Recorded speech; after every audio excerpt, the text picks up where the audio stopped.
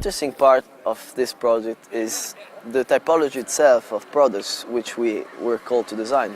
So we are using LED technology, which is one of the most new and interesting technologies to use in lighting industry. But we are called not to do a lamp and LEDs, but we're called to do a product in LED which will reach all the lighting fixtures and all the environment which are already built on the basic lamp system.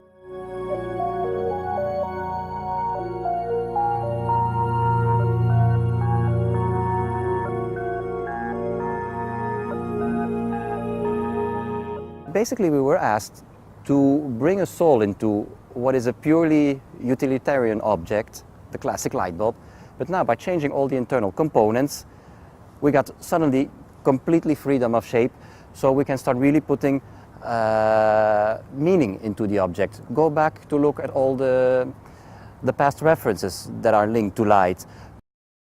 On one hand, one of the nicest design companies worldwide, and on the other hand, an incredible technology that is proving to be such a breakthrough and that is taking away all limitations from any kind of fantasy, from any kind of approach. The objects that came out in the end almost naturally are nor classic light bulbs and are nor luminaires. They are like a natural transition in between about what was and what is going to come. How can we, in a way, give some emotion and some poetry in a market that was dominated by functional objects, just mechanical and functional objects?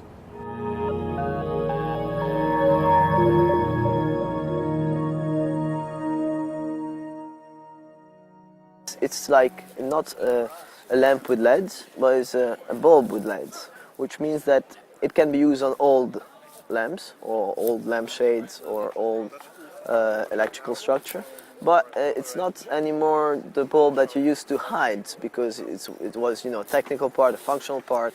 So you would always hide this bulb and not really like to see it, because you would like to see the design of your lamp, of your shade. You don't have anymore the two components, the lamp and the fixture, and then you have the source that you have to put there, which it's always tried to hidden somehow.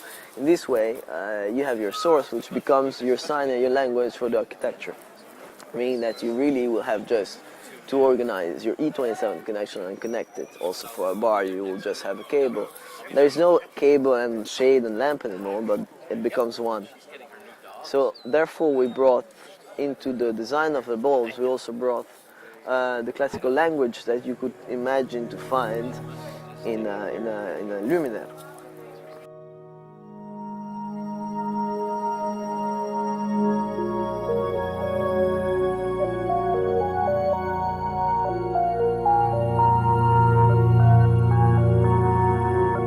You have the entire world that is asking for some new way of consuming energy. So you're right there on an argument that is a social argument, and you had the opportunity through design to propose and to shake a bit what is happening around the globe. So. When you can seduce people into another way of behaving, for example, by making very nice light bulbs with all the connotations that you want, you will seduce them in using also less electricity.